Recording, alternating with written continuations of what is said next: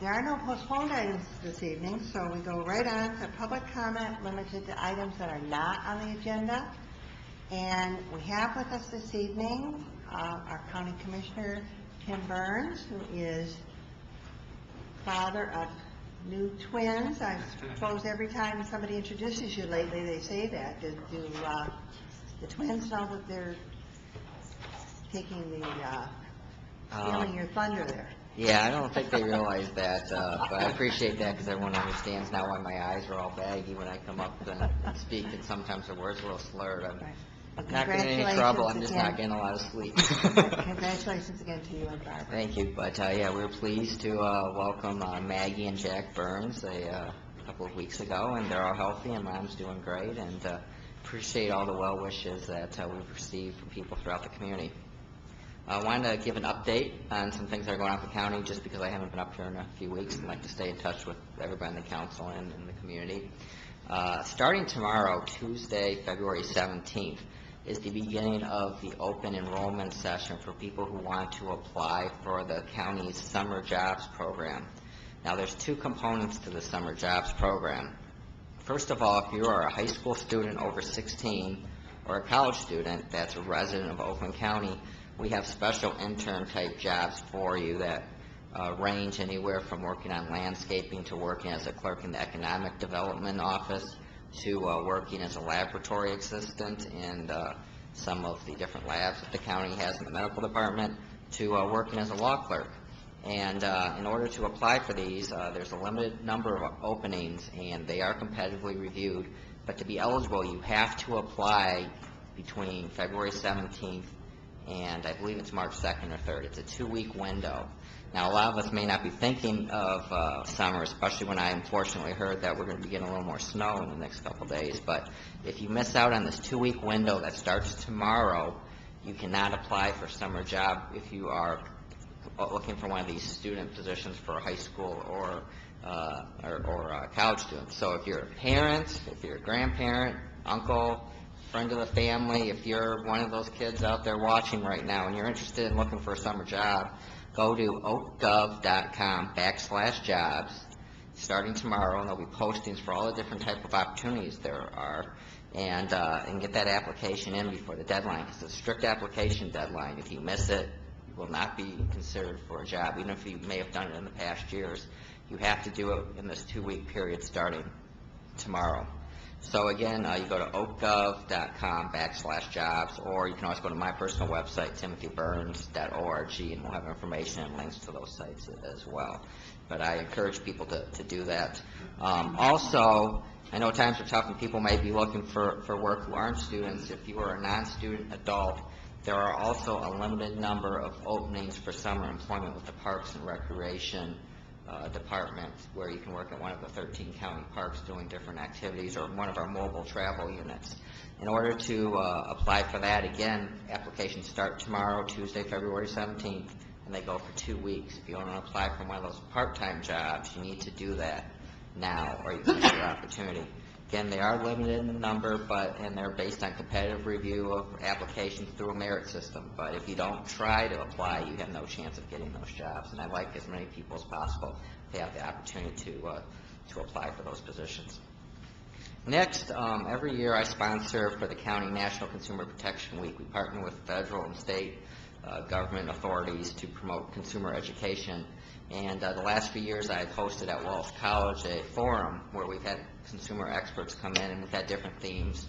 Last year we had Murray Gula and Joe Gannon and Vicki Galpin from the Better Business Bureau, and they talked about home improvements and ways to protect yourself when you're fixing up your house.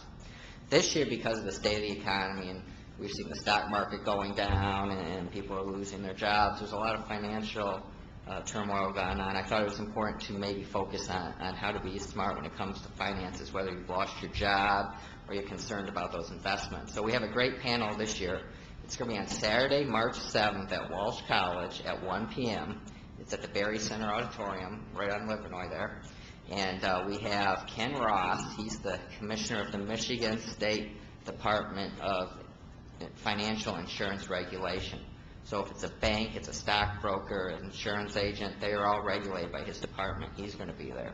Susan Tomper, who's the personal finance columnist for Detroit Free Press, is going to be there. And she's been recognized nationally as one of the best finance columnists and journalists in the country.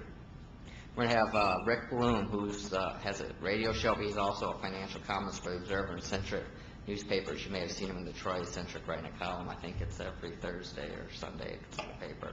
And we are also going to have Kathy Williams from Oakland County's Housing and Mortgage Counseling Unit. And then I'll be there to answer some questions. My other job is working with the Better Business Bureau, and I'll be there to moderate and answer questions from that perspective. So we'll have a really great program. So if you have concerns or questions about what you think you should do if you're seeing your 401k sinking or those investments, or you've lost your job and suddenly people are trying to get you to do all these financial investments, you don't know if it's a scam or a good deal, you know, you want to know what's going on, if any sort of financial type question in this current situation, they'll be there to answer those questions. You're having a problem with your mortgage, Kathy Williams can give you an unbiased opinion on what you should do to help maybe get out of the situation or resolve the situation. She works for the county, so she doesn't have any financial interests with any sort of financial institution. So you can get a lot of information from people who have no financial interest other than making sure that you're getting a good education and can make some smart decisions. So again, that consumer forum on financial literacy and how to be a smart consumer during this economic turmoil is going to be on Saturday, March 7th at Walsh College, and that's at 1 p.m. So again, I'll have some more information. It's not posted yet, but again, that's on my website, timothyburns.org. And again, if anyone ever has any questions about what's going on in the county, I'm always glad to talk with anyone about their concerns or questions. Thanks for your time. Thank you. Next, we have David Ashland.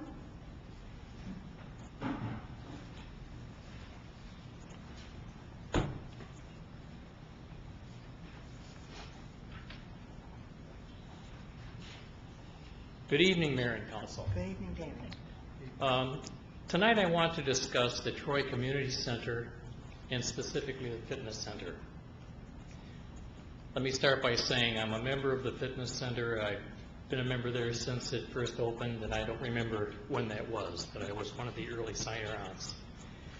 And as my benchmarking criteria, I am also presently a member of Fitness USA, another fitness club, private fitness club, and a former member of Lifetime Fitness.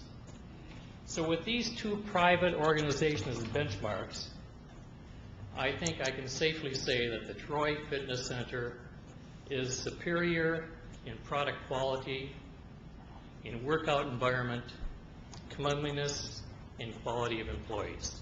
It really is a great place, as is the rest of the community center.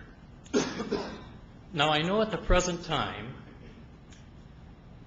very tough budget decisions are being made, and all of city management and council are working toward reducing operating costs. Very frankly, I'm not sure where deliberations are on these specific items. However, there may be some on council who believe that cost reductions can best be achieved through privatization. Privatization of the operations of some city functions, as is presently being considered in the school district. I suspect there are also council members who would advocate such privatization and would say that the private business community is best equipped to manage these functions because of private sector experience. Now tonight I'm here really to make what militarily might be called a preemptive strike. I want to make a preemptive strike against such privatization of community center and fitness center functions. I also want to make a preemptive strike in favor of maintaining the present city-run structure. Now, while a government-run operation does not always guarantee the best results, we certainly have plenty of recent examples in the last 8 years of the failure of government-sponsored privatization efforts. And without getting into specifics, let me just state, for example, things like the mismanagement of the military food services in Iraq through Halliburton, mismanagement of the Iraqi reconstruction effort, Mistakes made by Blackwater, a private security firm in Iraq who has even had to change its name to Z to emphasize the fact that they're changing the direction of their company. And most recently, the private United States financial institutional base, run mostly without enough government oversight. The financial institutional base has experienced a crisis. We may even need to nationalize our banks, who knows. Now, I would not like to see the Troy Police Department privatized or outsourced to a company like Z, formerly Blackwater. And by the same token, I would not like to see the community center functions outsourced. And I think in summary, we have a city jewel in the community center and the fitness center, just as our library is a city jewel. The community center and fitness center are a place where both residents and non-residents can meet and enjoy a variety of interactive social activities. So let's just keep it a Troy city-run, city-managed operation. And if we need operating efficiencies, and we certainly do, and we need cost reductions, I believe we can do it with the present structure. Thank you for listening. Thank you, David. Marvin Reinhardt.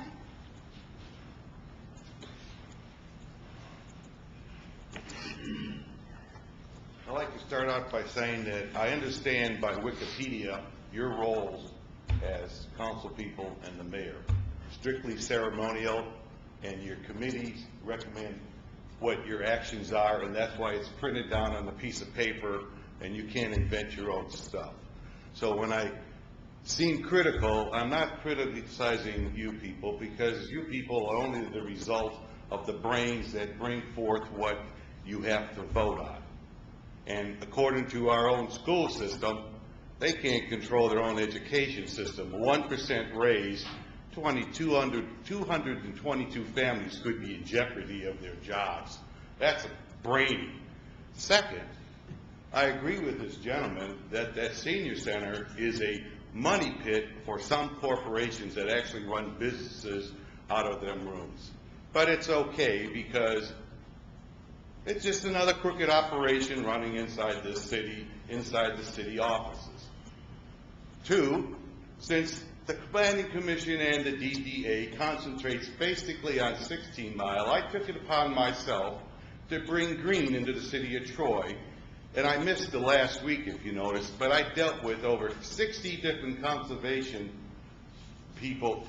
groups across the United States, Audubon, Unlimited Ducks Canada, Unlimited Ducks, asking how much pollution can our ducks take across the United States into other areas, and they're coming back with how much pollution that the city of Troy be allowed to transport all over the United States. And also, I have some corporations willing to put monitoring devices a little bit on the other side of Troy Union School and the other school, because if you build those condos, you're going to stop a water flow that flows underneath Troy Union. And as a student there, know how much pollution is sitting on that playground, unless you guys took it off, because Quarter Rain down at 18 and John R is no longer there, and that's on the same drain. Okay? And then second of all, I found out from the city that if I put a fish in Lake Sanctuary for one day, I can't eat it. So that's my quest now, is to clean up Lake Sanctuary, because I notified Henry Ford and Providence that Beaumont is building something next to the Love Canal, a waste pit. Okay? So I have talked to the senator offices just over there at Kirk someplace, which I visit on a daily basis, because I come over to your offices asking for water quality reports on all your water in this city. They said there isn't one. Then I found out your city manager is trying to once again escape Troy and go to a place I used to live for 3 or 4 years. I used to be very active in that area, just like I'm here. Those people know me real well in Elliott. And I gave them the great recommendation I gave them when I talked to the guys in Durbin. He can't do it twice to a city as bad as he does it here. That's what I told him.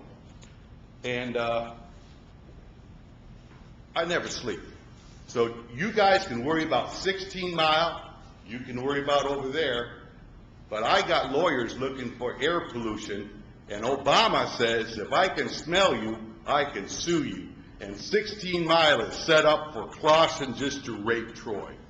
Another thing I noticed, that in Crane's magazine today that came out, Birmingham says they're going to get $7 million to transport their Birmingham train station to the new and improved Birmingham Transit Center.